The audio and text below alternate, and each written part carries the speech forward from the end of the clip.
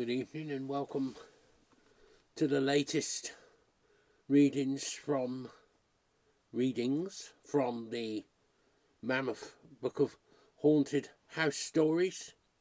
I'm doing two readings tonight. The first, we've begun a new section for a start. It's the Phantom Lovers, Sex and the Supernatural. I hope that's not too much of a giveaway. Phantom Lovers. The first one is A Spirit Elopement by Richard Dehan, and the next one is The House of Dust by Herbert de Hamel. I was actually going to do three, but I shall do the other two more next time, and then we'll have two more after that, which will finish this section. But the first one, A Spirit Elopement by Richard Dehan, and the address is, if it exists, is Mont de Sire in Guernsey in the Channel Islands. It's an 18th century mansion house standing in its own spacious grounds, screened by lofty red brick walls with a wrought iron gate entranceway, tastefully decorated in yellow-white. It dates from April 1915, and Richard Dehan was the pseudonym of Clotilda Mary Graves, 1863 to 1932, who was born in County Cork in Ireland and became popular with readers on both sides of the Atlantic for her humorous novels and stories of witchcraft and pagan religions, including Under the Hermes 1917 and The Eve of Pasqua 1920. She also travelled a great deal and wrote short stories on a variety of themes from the Boer War to Eskimo folklore. And Graves resided in the Channel Islands for several years, which was the inspiration for this story. Were the inspiration. When I exchanged my maiden name for better or worse, and dearest Vavasseur and I, at the conclusion of the speeches, I was married in a travelling dress of blue ferns, descended the steps of Mamma's house in Ebury Street, the Belgravian, not the Pimlico end, and amid a hurricane of farewells and a hailstorm of pink and yellow and white confetti, stepped into the brougham, whatever that is, that was to convey us to Waterloo Station, en route for Southampton. Our honeymoon was to be spent in Guernsey. We were perfectly well satisfied with ourselves and each other. This state of mind is not uncommon at the outset of wedded life. You may have heard the horrid story of the newly wedded cannibal chief, who remarked that he had never yet known a young bride to disagree with her husband in the early stages of the honeymoon. I believe if dearest Vavasseur had seriously proposed to chop me into côtelettes and eat me with or without sauce, I should have taken it for granted that the powers that he had destined me to the high end of supplying one of the noblest of created beings with an entrée dish. We were idiotically blissful for 2 or 3 days. It was flowery April, and Guernsey was looking her loveliest. No horrid hotel or boarding house sheltered our lawful endearments. Some old friends of Papa's had lent us an ancient mansion standing in a wild garden, now one pink riot of almond blossom, screened behind lofty walls of lichened red brick and weather-worn wrought-iron gates, painted yellow-white like all the other iron and woodwork about the house. Mont de Sire, the place was called, and the fragrance of potpourri yet hung about the old panelled salons. Vavasseur wrote a sonnet. I have omitted to speak before of my husband's poetic gifts, all about the breath of new passions stirring the fragrant dust of dead old love, and the kisses of lips long mouldered that mingled with ours. It was a lovely sonnet, but crawly as the poetical compositions of the modern school are apt to be, and Vavasseur was an enthusiastic convert to and follower of the modern school.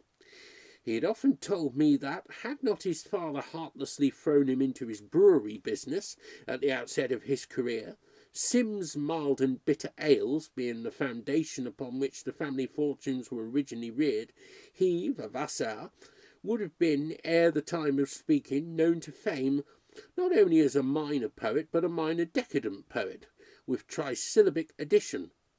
I believe makes as advantageous a difference as the word native when attached to an oyster, or the guarantee new laid when employed with reference to an egg.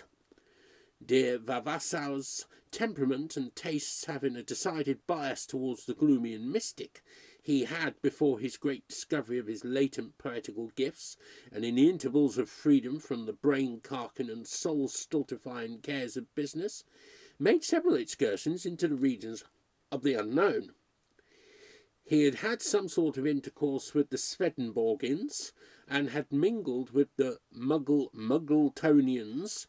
He had coquetted, if that's what the correct pronunciation, with the Christian Scientists, and had been, until Theosophic Buddhism opened a wider field to his researches, an enthusiastic spiritualist. But our engagement somewhat cooled his passion for psychic research, and when questioned by me with regard to table rappings, manifestations, and materializations, I could not but be conscious of a reticence in his manner of responding to my innocent desire for information. The reflection that he probably, like Canning's knife grinder, had no story to tell, soon induced me to abandon the subject. I myself am somewhat reserved at this day in my method of dealing with the subject of spooks, but my silence does not proceed from ignorance. Knowledge came to me after this fashion. Though the April sun shone bright and warm upon Guernsey, the island nights were chill. Wakened by dear Vavassor's side, the novelty of this experience has since been blunted by the usage of years. Somewhere between 1 and 2 o'clock towards break of the 4th day following our marriage, it occurred to me that a faint cold draught, with a suggestion of dampness about it, was blowing against my right cheek. One of the windows upon that side, our room possessed a rather unbecoming cross-light, had probably been left open. Dear Vavasseur, who occupied the right side of our couch, would wake with toothache in the morning, or perhaps with mumps. Shuddering as much at the latter idea as with cold, I opened my eyes and sat up in bed with a definite intention of getting out of it and shutting the offending casement. Then I saw Katy for the first time. She was sitting on the right side of the bed, close to dear Vavassor's pillow, in fact almost hanging over it. From the first moment I knew that which I looked upon to be no creature of flesh and blood, but the mere apparition of a woman. It was not only that her face, which struck me as both pert and plain, her hands, her hair, which she wore dressed in an old-fashioned ringlety mode. In fact, her whole personality was faintly luminous, and surrounded by a halo of bluish phosphorescent light. It was not only that she was transparent, so that I saw the pattern of the old-fashioned striped dimity bed curtain, in the shelter of which she sat, quite plainly through her. The consciousness was further conveyed to me by a voice, or the toneless, flat, faded impression of a voice, speaking faintly and clearly, not at my outer, but at my inner ear. "Lie down again and don't fuss. It's only Katy," she said. "Only Katy? I like that." "I dare say you don't," she said tartly, replying as she had spoken, and I wondered that a ghost should exhibit such want of breeding. "But you have got to put up with me."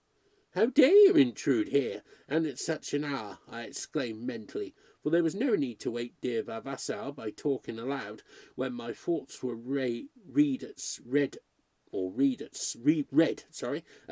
by the ghostly creature who sat so familiarly beside him. "I knew your husband before you did," responded Katy with a faint phosphorescent sneer. "We became acquainted at a séance in north-west London soon after his conversion to spiritualism, and have seen a great deal of each other from time to time." She tossed her shadowy curls with a possessive air that annoyed me horribly. "He was constantly materializing me in order to ask questions about Shakespeare. It is a standing joke in our spirit world that, from the best educated spook in our society, down to the most illiterate astral that ever knocked out rapport with one P, we are all expected to know whether Shakespeare wrote his own plays or whether they were done by another person of the same name. And which way was it? I asked, yielding to a momentary twinge of curiosity. Katy laughed mockingly. There you go, she said with silent contempt. I wish you would, I snapped back mentally. It seems to me that you manifest a great lack of refinement in coming here. I cannot go until Vavassar has finished, said Katy pertly. Don't you see that he has materialized me by dreaming about me? And as there exists, at present, she placed an annoying stress upon the last two words, a strong sympathy between you, so it comes about that I, as your husband's spiritual affinity, am visible to your waking perceptions. All the rest of the time I am hovering about you, though unseen. I call it detestable, I retorted indignantly. Then I gripped my sleeping husband by the shoulder. Wake up, I cried aloud, wrath lending power to my grasp and a penetrative quality to my voice. Wake up and leave off dreaming. I cannot and will not endure the presence of this creature another moment. Whirr, muttered my husband, with the almost inebriate coherency of slumber. What's the matter, my darling? Stop dreaming about that creature, I cried, or I shall go home to Mamma. Creature? My husband echoed, and as he sat up I had the satisfaction of seeing Katy's misty, luminous form fade slowly into nothingness. You know who I mean, I sobbed. Katy, your spiritual affinity, as she calls herself. You don't mean, shouted Vavassar, now thoroughly roused, that you have seen her? I do mean it, I mourned. Oh, if I had only known of your having an entanglement with any creature of the kind, I would never have married you, never. Hang her, burst out Vavassar. Then he controlled himself and said soothingly, After all, dearest, there is nothing to be jealous of. I jealous? And of that? I was beginning, but Vavassar went on.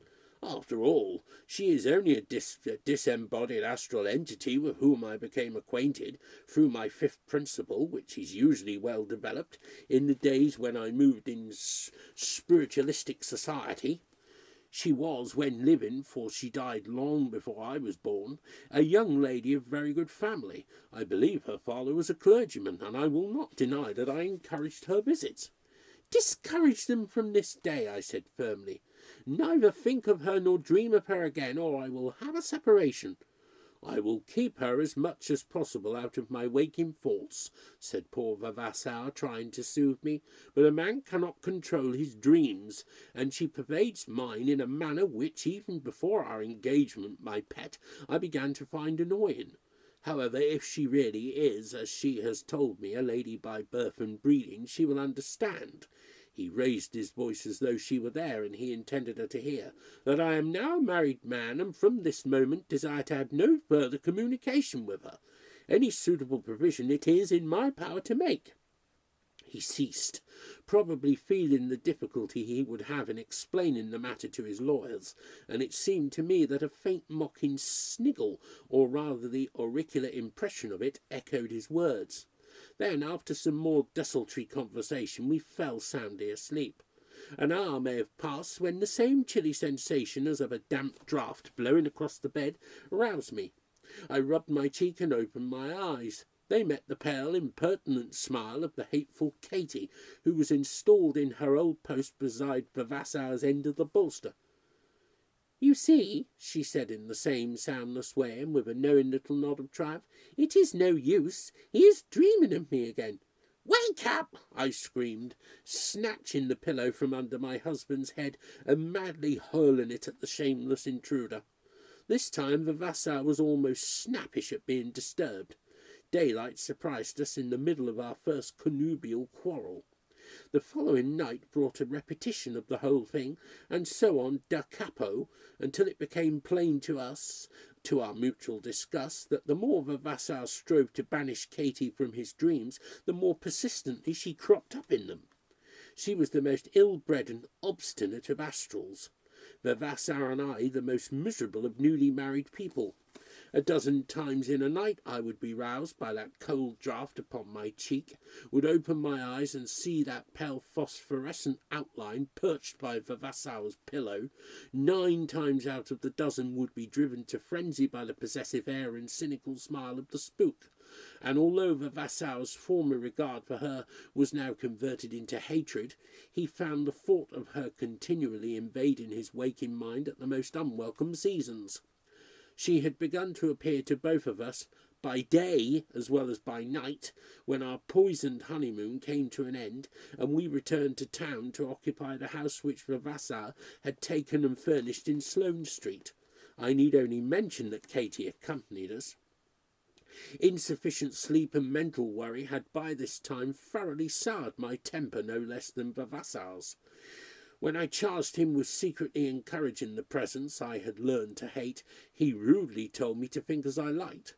He implored my pardon for this brutality afterwards upon his knees, and with the passage of time I learned to endure the presence of his attendant shade with patience. When she nocturnally hovered by the side of my sleeping spouse, or in constituents no less filmy than a whiff of cigarette smoke appeared at his elbow in the face of day, I saw her plainly, and at these moments she would favour me with a significant contraction of the eyelid, which was, to say the least of it, unbecoming in a spirit who had been a clergyman's daughter. After one of these experiences, it was that the idea which I afterwards carried into execution occurred to me. I began by taking in a few numbers of a psychological publication entitled The Spirit Lamp. Then I formed the acquaintance of Madame Blavant, the renowned professoress of spiritualism and theosophy. Everybody has heard of Madame. Many people have read her works. Some have heard her lecture. I had heard her lecture. She was a lady with a strong determined voice and strong determined features. She wore her plentiful grey hair piled in sibylline coils on the top of her head, and when she lectured appeared in a white oriental silk robe that fell around her tall gaunt figure in imposing folds. This robe was replaced by one of black satin when she held her seances. At other times, in the seclusion of her study, she was draped in an ample gown of Indian chintz, innocent of cut, but yet imposing. She smiled upon my newborn desire for psychic instruction, and when I had subscribed for a course of 10 private séances at so many guineas apiece, she smiled more. Madame lived in a furtive retiring house situated behind high walls in Endors Grove, N.W. A long glass tunnel led from the garden gate to the street door for the convenience of Mahatmas and other persons who preferred privacy. I was one of those persons, for not for spirit worlds would I have had Vavassor know of my repeated visits to Endors Grove.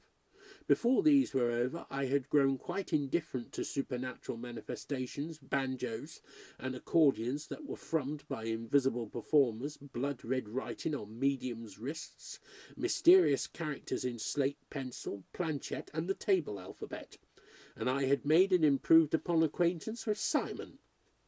Simon was a spirit who found me attractive.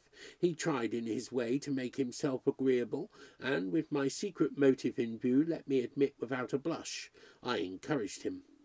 When I knew I had him thoroughly in hand, I attended no more séances at Endors Grove. My purpose was accomplished upon a certain night, when, feeling my shoulder violently shaken, I opened the eyes which had been closed in simulated slumber to meet the indignant glare of my husband. I glanced over his shoulder. Katie did not occupy her usual place. I turned my glance towards the armchair which stood at my side of the bed. It was not vacant. As I guessed, it was occupied by Simon. There he sat, the luminously transparent appearance of a weak-chinned, mild-looking young clergyman, dressed in the obsolete costume of 80 years previously. He gave me a bow in which respect mingled with some degree of complacency, and glanced at Vavassor. "I have been explaining matters to your husband," he said, in that soundless spirit voice with which Katie had first made me acquainted. "He understands that I am a clergyman and a reputable spirit, drawn into your life orbit by the irresistible attraction which your mediumistic organization exercises over my—" "There! You hear what he says? I interrupted, nodding confirmatively at Vavassar. Do let me go to sleep. What, with that intrusive beast sitting beside you? Shouted Vavassar indignantly. Never! Think how many months I have put up with the presence of Katy, said I. After all, it's only tit for tat. And the ghost of a twinkle in Simon's pale eye seemed to convey that he enjoyed the retort. Vavassar grunted sulkily and resumed his recumbent position.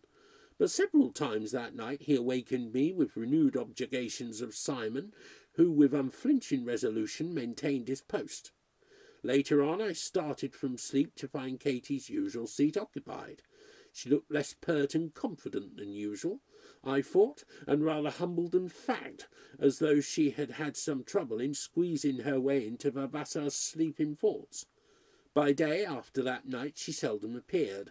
My husband's brain was too much occupied with Simon, who assiduously haunted me, and it was now my turn to twit Vavassar with unreasonable jealousy.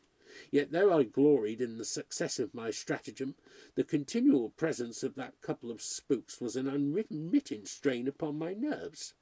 But at length an extraordinary conviction dawned on my mind, and became stronger with each successive night. Between Simon and Katy an acquaintance had sprung up. I would awaken, or Vavassar would arouse, to find them gazing across the barrier of the bolster which divided them with their pale negatives of eyes, and chatting in still spirit voices. Once I started from sleep to find myself enveloped in a kind of mosquito tent of chilly, filmy vapour, and the conviction rushed upon me that he and she had leaned across our couch and exchanged an intangible embrace. Katy was the leading spirit in this, I feel convinced. There was no effrontery about Simon. Upon the next night, I, waking, overheard a fragment of conversation between them, which plainly revealed how matters stood. We should never have met upon the same plane, remarked Simon silently, but for the mediumistic intervention of these people. Of the man, he glanced slightingly towards Vavassar, I cannot truthfully say I think much. The lady, he bowed in my direction, is everything that a lady should be. You are infatuated with her, it is plain, snapped Katy, and the sooner you are removed from her sphere of influence, the better. Her power with me is weakening, said Simon, as Vavassar's is with you. Our outlines are no longer so clear as they used to be, which proves that our astral individualities are less strongly impressed upon the brains of our earthly sponsors than they were. We are still materialized, but how long this will continue? He sighed and shrugged his shoulders. Don't let us wait for a formal dismissal, then, said Katy boldly. Let us throw up our respective situations. I remember enough of the marriage service to make our union, if not regular, at least respectable, said Simon. And I know quite a fashionable place on the outside edge of things, where we could settle down, said Katy, and live practically on nothing. I blinked at that moment. When I saw the room again clearly, the chairs beside our respective pillows were empty. Years have passed, and neither Vavassar nor myself has ever had a glimpse of the spirits whom we were the means of introducing to one another. We are quite content to know ourselves deprived for ever of their company. Yet sometimes when I look at our three babies, I wonder whether that establishment of Simon's and Katy's on the outside edge of things includes a nursery. And now for the second story, which will be slightly longer. This one's about 17 pages long. The House of Dust by Herbert de Hamel. And the address is the Square in Breville in Belgium. It's a 19th century townhouse located in a quiet square adjacent to the mayor's residence. Ornately and stylishly decorated, the property ensures privacy in the heart of the town, and this is autumn 1917, which would have been during the First World War. And the author is Herbert de Hamel, who was born around 1888 and died in 1939. Born in Reading, Berkshire, and after several nondescript jobs turned to writing and became a notable author and dramatist, with several of his plays produced successfully on the London stage. Among his most popular books were The Unnecessary Undoing of Mr. Purgle, 1927, The Mills of Hell, 1935, and Many Thanks, Ben Hassett, 1936, which was reprinted several times. The House of Dust, first published in 1934, which is the story, was attacked as being in bad taste because of its portrayal of a wartime sexual encounter between a German officer and a young female, a girl whose identity provides the chilling climax to the story. Captain Kurt von Unserbach was bored. This is chapter 1, by the way. He was bored from the dueling scar on the top of his close-cropped head to the corns on his tightly shod feet. The ends of his wide mouth drooped. His eyes opened wide beneath his raised brows, stared unseeingly ahead. His back maintained its pose of stiffness, rather from habit than from any volition on the part of its owner. Never before had unkind fortune cast his little strutting steps in a town where the women were so plain of face and so flat of figure. Even their very virtue repelled him. And yet a poet or an artist might have asked no happier fate than to be quartered in such surroundings. Bravo had its history, not perhaps to be found in the dry pages of books, but written for all time in its own winding streets and mossy squares. The moonlight fell upon the mouldering spires, upon high-pitched tiles pierced by dormer windows, and upon glistening patchworks of leaded panes. It struggled down the quaint house fronts with their mullioned windows till it reached the massive iron-studded doors frowning beneath their Gothic arches. It silvered once again the old stone shields, sable shadows on a ground argent, a device older by far than the proud hatchments in gules, Gules and azur, and vert, which had long since peeled from the crumbling surfaces. But Kurt von Unserbach cursed savagely at the cobblestones. His cavalry boots had hurt him even on the pavements of his loved Berlin. He cursed, too, at the impulse which had urged him to leave his overheated rooms and wander forth into the night air. It did not occur to him to turn back. He crossed the market square, noting without a single glance of admiration the spire-decked town hall where the burghers had feasted, Van Arteveld, on his return from Cressy. Unheedingly he passed the city wall, looming black and imposing even in its ruined state, where the women of Bravo had beaten back the fierce assaults of Alva. After marching some 50 paces down the country road, he stopped, removed his busby, and gazed about him. A smile of genuine pleasure lit up his face. On either side of him, an orderly row of poplars stretched away to some unseen vanishing point. Their perspective was faultless. Their tidiness and method reminded him of the fatherland. So Bravo had something beautiful in it after all, but those awful women. Ah, those awful women. It was told of him in the mess of the Blue Hussars that on being asked by his colonel if he had found Naples as beautiful as was reputed, he had replied, "Beautiful, beautiful, and eyes of so dark a brown." In his native country such favours had been showered on him as may come only to one who is grotesquely ugly and is clad in a dashing uniform of pale blue and silver.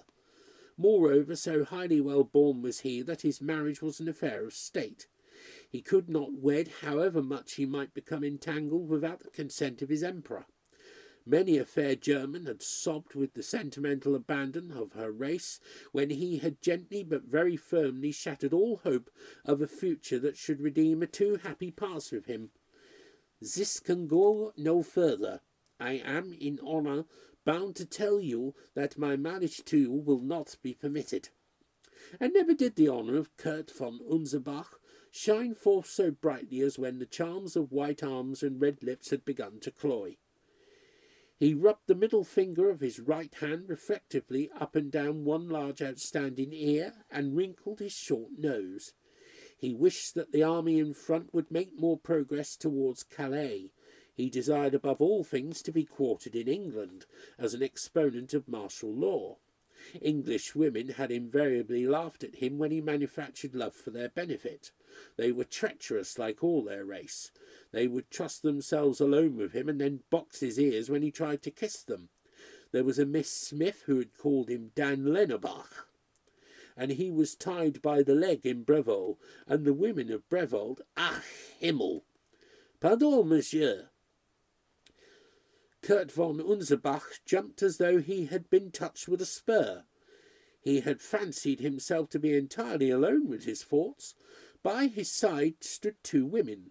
One of them was of medium height and broad. The other was tall and graceful. Both were heavily veiled. "Pardon, monsieur," repeated the taller of the two, in a tone so silvery and clear, and in a voice so well modulated as to convince the cavalryman that he was addressed by no Flemish peasant. "My mother and I," she continued, "have been out to see one who was wounded. We were delayed till after a nightfall, and we are now afraid to pass the soldiers at the gate. They were insulting to me once, and since then we have kept indoors." She spoke in French, a language with which he was imperfectly acquainted, and yet to his surprise he had understood her every word. Her voice thrilled him and held him spellbound. He was convinced, entirely without reason, that such delicate tones and inflections could only come from the most beautiful of women. "They are Saxon Landsturm," he replied with a contempt that could only have been equalled by a Saxon saying, "They are Prussians." "But you are a Prussian officer," continued the voice, "and we should be quite safe with you, if you would have the great kindness to escort us past the guard-room." Captain von Unserbach hastily clapped his busby onto his head. Then, properly dressed, he clicked his heels together and bowed stiffly from his hips. "Once you are seen with me, you can go anywhere in safety at any time," he remarked gravely. He wished that she would draw her veil aside. If the mere sound of her voice had the power to send his blood thumping through his heart, what effect might not the sight of her face have upon him? He pondered deeply as they walked slowly back towards the ancient gateway. The intelligence which never deserts the Prussian officer. This impartial remark, made by his favourite Prussian general, repeated itself again and again with silent persistence till they had reached the great block of masonry. Then came the inspiration, as brilliant and subtle as any that had ever been granted to him. "Pardon," he remarked through the elaborate machinery of another bow, "but if upon my responsibilities you are enabled to pass the guard without examination, it is a mere formality that you should allow me to see your faces." The elder woman at once uncovered her face. He barely glanced in her direction.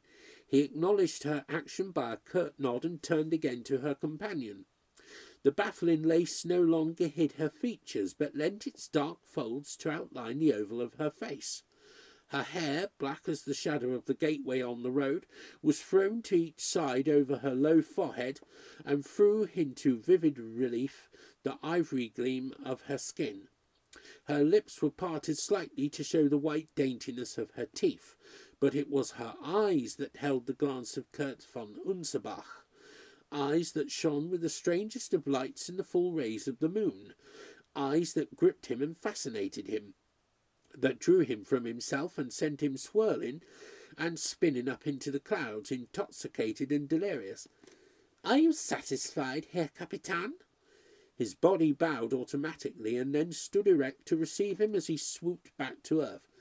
"You know my rank?" he inquired, grasping at any conversational straw in the raging waters of his confusion. "I have seen you so often from my window. And have—" the dark eyes wavered for a second and then looked fearlessly and steadily into his own. "And have admired you so." "Ach so!" Her eyes still held his own, and he was reduced almost to incoherence. "So good and so beautiful," he murmured. "No woman is good who really loves," she whispered. He averted his eyes from a sense of physical pain caused by the intensity of her gaze and the curious eerie effect of the moonlight. "Ah, yes, yes, yes," he exclaimed vehemently, which was strange, since her previous remark accorded entirely with his own sentiments concerning women. "Whatever you did must be good and beautiful." He glanced hastily towards her. Her eyes were still fixed upon him. "Let us be going in," said the other woman. "It is becoming chilly." A sudden cold wind swept hushing through the trees and swirled the dead leaves around his feet. He drew his cloak about him and turned towards the gateway. A light flashed in his face, followed by the crash of rifle butts as the guards sprang to attention. He was proud that his companions should witness this tribute to his rank. "I will accompany you to your house," he explained with elaborate subtlety, "lest there might perhaps be some drunken soldiers in the street. If you are with me, then you will be quite safe." His spurs jingled joyously as he crossed the marketplace, and the cobbles no longer hurt his feet. "Is it not beautiful?" He looked about him with interest, as though the quaint gables and turrets were stage scenery erected but a few moments before. "Very beautiful," he agreed. "It would make a very beautiful background for statue." He regarded the square with increased favour. "There would be room for at least 20 statues. Perhaps one of them would be that of Captain Kurt von Unsbach." There was no trace of levity in her tone, nor would it have occurred to him to seek for one. "I have done nothing as yet to deserve a statue," he replied. "There is a statue of my father in our village. It is of the most costly marble and the best workmanship, but one can have only one father to honour." He walked some 20 paces in silence, and then added with genuine sadness and regret, I have no child to raise a statue to me when I am dead." Neither did he wonder that she should know his name. He was the only Prussian officer in that little Flemish town. For the rest of the journey he was too occupied to make any further remarks. Carefully and methodically he noted every architectural detail that might serve as a guide on future visits to his unknown destination. Occasionally the roughness of the cobbles swayed him towards his companion, and for a brief moment their shoulders would touch, and once the filmy lace veil caressed his cheek. Once also his little eyes glared and snapped arrogantly at a passing infantry officer whose gaze betokened too lively admiration. Some 50 paces farther a gently detaining hand was laid upon his arm, and he followed his escort through a narrow passage between 2 overhanging buildings. This alley led them into a small square which was well known to him. On the far side stood the Prefecture of Police, while on his right hand he could discern the familiar outline of the late mayor's private residence. Opposite a broad double door studded with large square-headed nails, the party halted. He noticed the details with the greatest care. The wood was dark chestnut or oak, polished with age. In the left half, as he stood facing it, was a small but heavily barred iron grid, painted black. From the solid stone lintel projected a curiously wrought lantern bracket. The moulding of the jambs on either side was ornamented with a series of small stone shields and bugles arranged alternately. The younger woman opened a narrow door that was contained in the right-hand half of the large one and passed within. "We are most grateful to you for the trouble which you have taken on our behalf," said her mother. "It is a pleasure to find a Prussian officer who can be courteous to 2 lonely and friendless women." As she turned and went through the doorway, a warm glow lit up the hall beyond. "Good night," she said, her hand upon the latch, "and again our sincere thanks. We must not detain you any longer." Kurt von Unserbach had no intention of allowing the matter to end there. He placed his foot in such a position that the door could not be closed. "I am not on duty tonight," he explained firmly. "There is no reason why I should hurry back." His natural courtesy and sense of chivalry bade him wait for an invitation before attempting to force his way in. The younger woman laughed, and his skin bristled to the bulging nape of his neck. He pressed his foot more firmly against the woodwork. "We could not very well ask you in at this hour, Herr Captain," she explained, "but if you, as an officer of the invading army, insist on coming in, the responsibility lies with you alone." The little gurgle of merriment which followed affected him as no laughter had ever done. He thrilled again as though a skeleton hand were playing scales up and down his spine.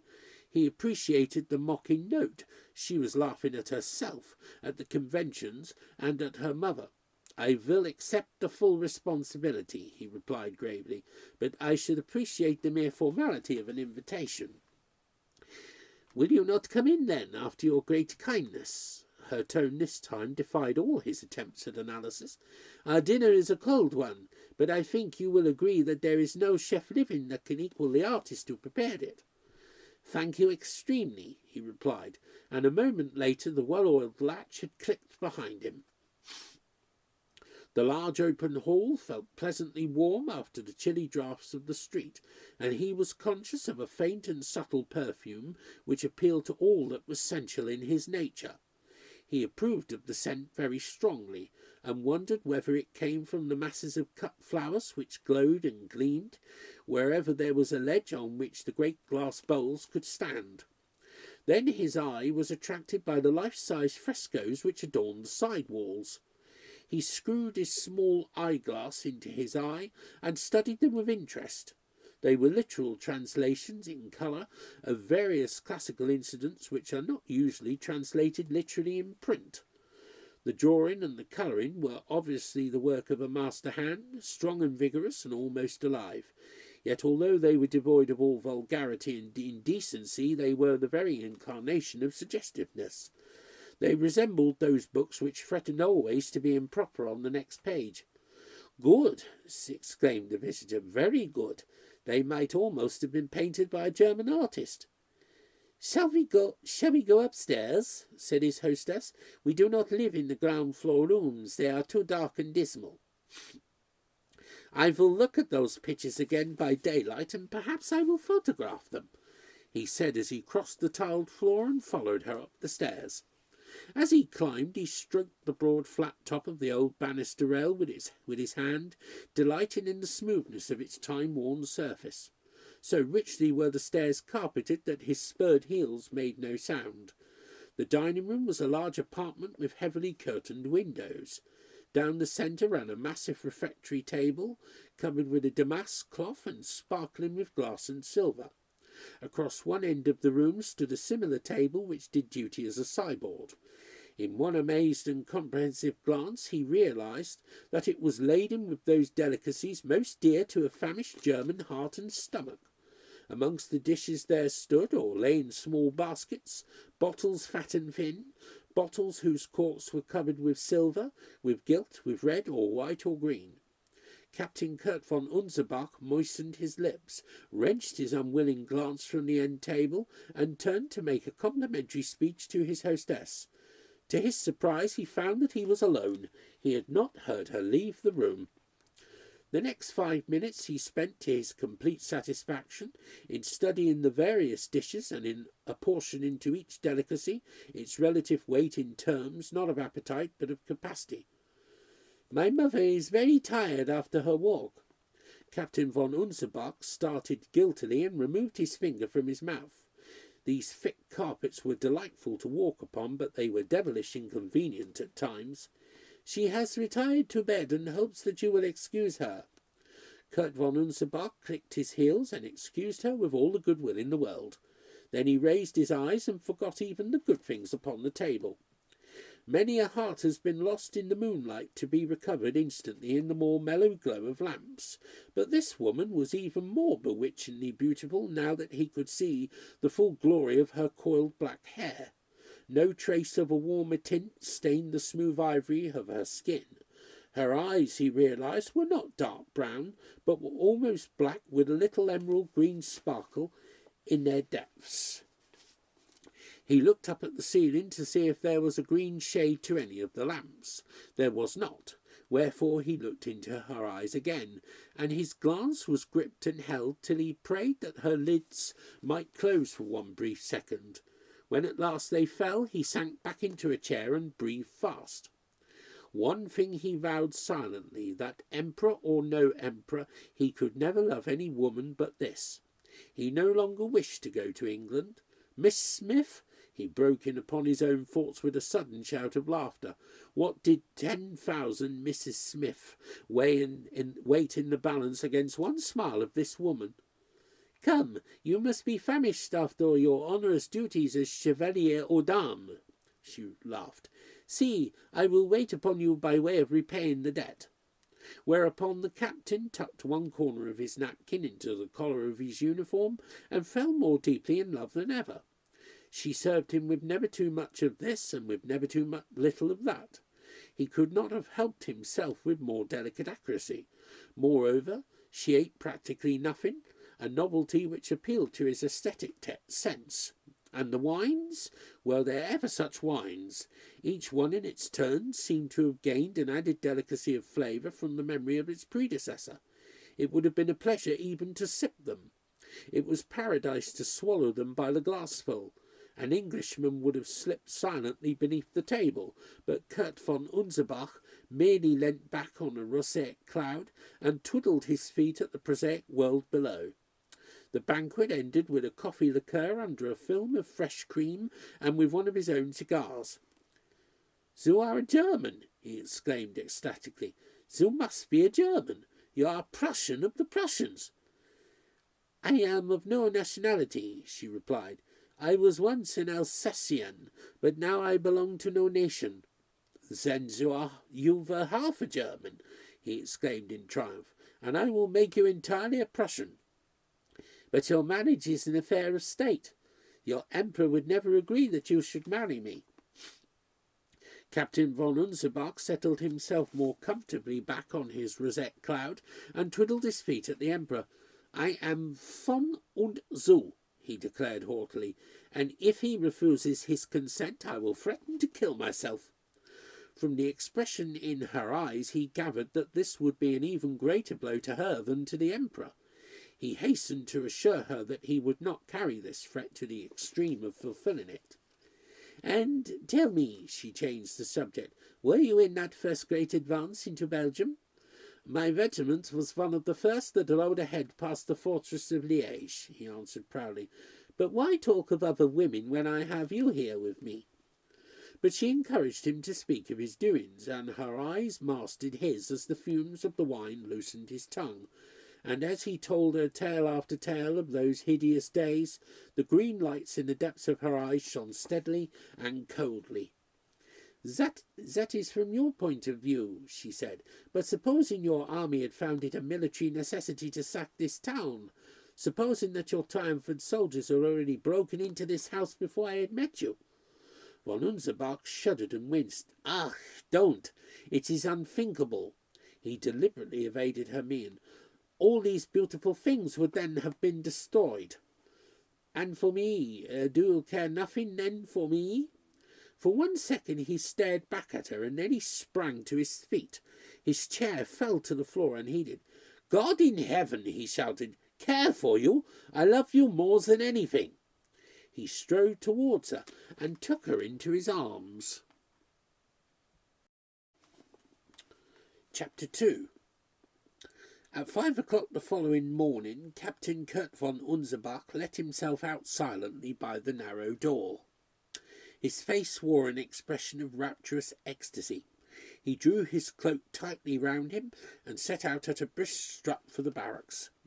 It was certainly a cruel stroke of fate which had torn him from paradise at such an hour, but he reflected that the same fate which had selected him for early morning duties on that particular day had also thrown him in the path of this wonderful happiness.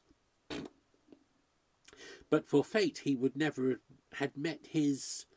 "Thousand devils," he laughed. "Why do I don't even know her name."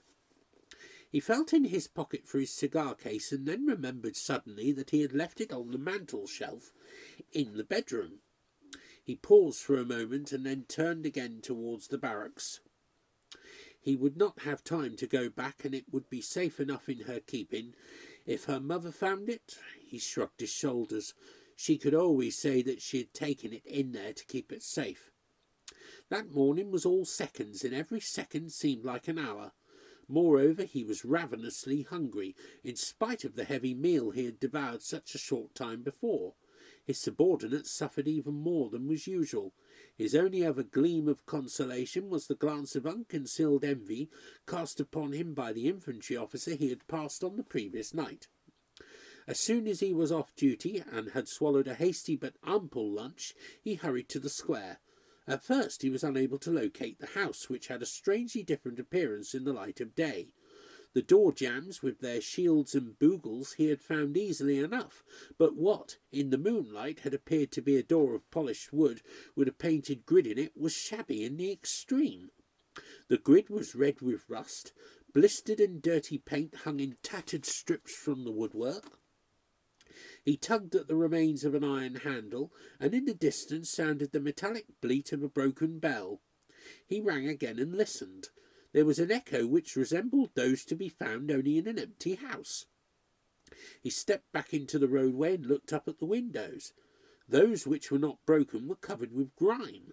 He then noticed that there was no wrought iron lantern bracket over the door. He heaved a sigh of relief. It could not be the same house.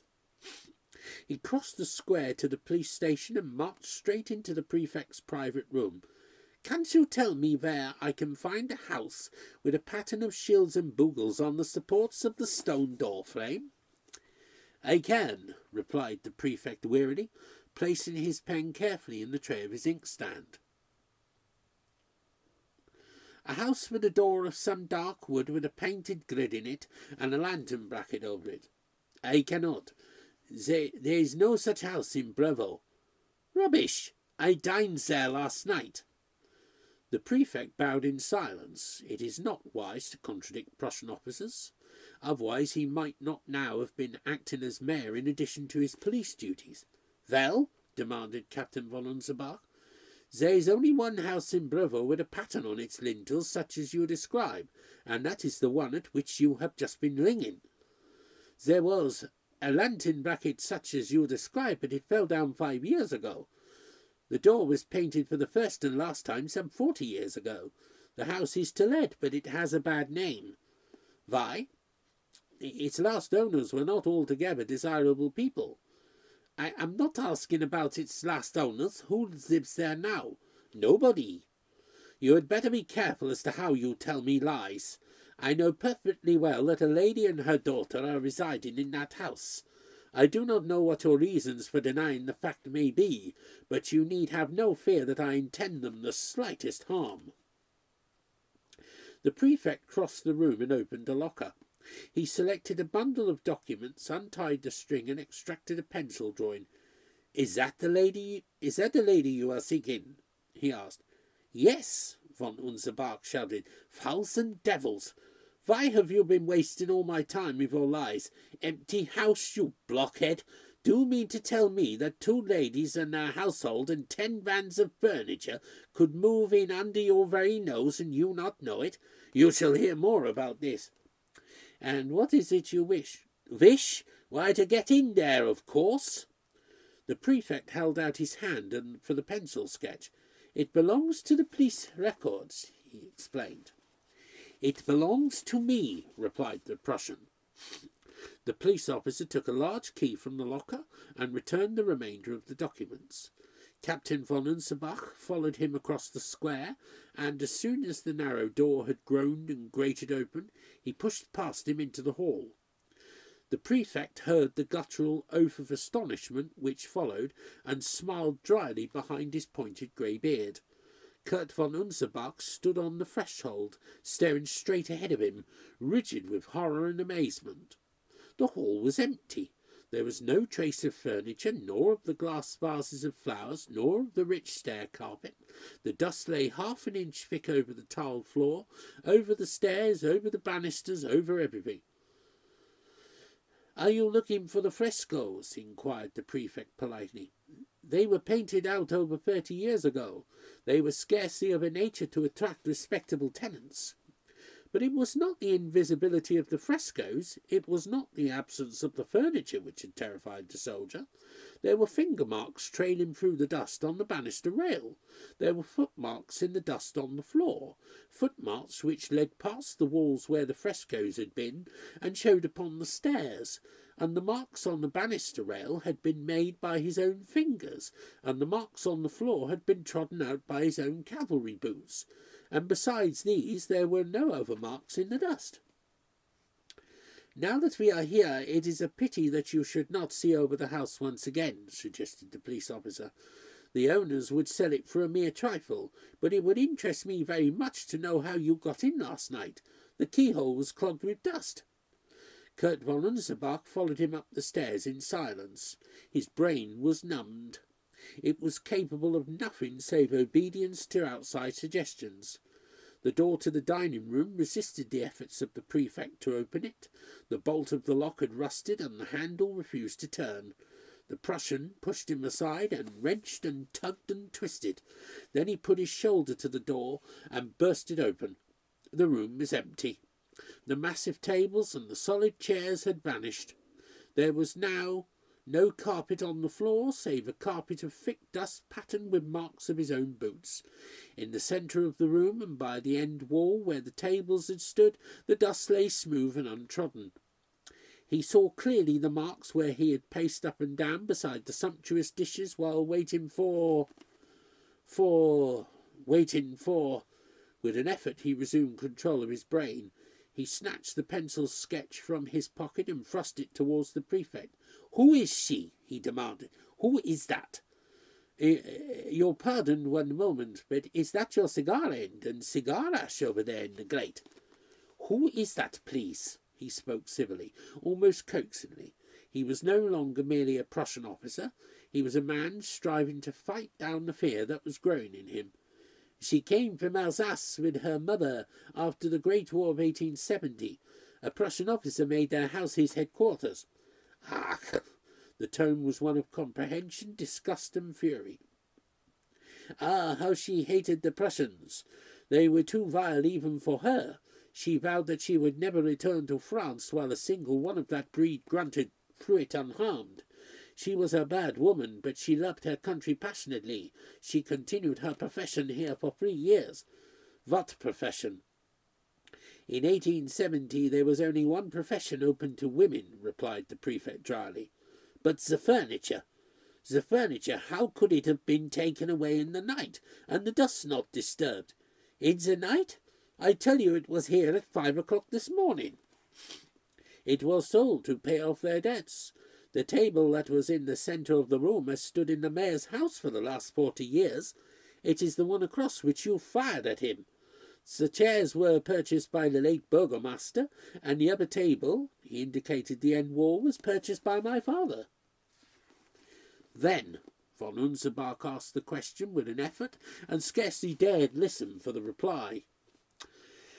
"The great oaken bed, with the hangings of crimson velvet worked with golden fleur-de-lis," the old man continued in a tone of professional interest, "was broken up for firewood. No one would bid for it by reason of the murder." "Broken up?" Kurt von Unserbach almost screamed the words. His forehead was damp. The colour had left his florid cheeks. "Your pardon, you asked me when they were sold. It was in August 1874. I remember the date because it was exactly a month after the 2 women were executed.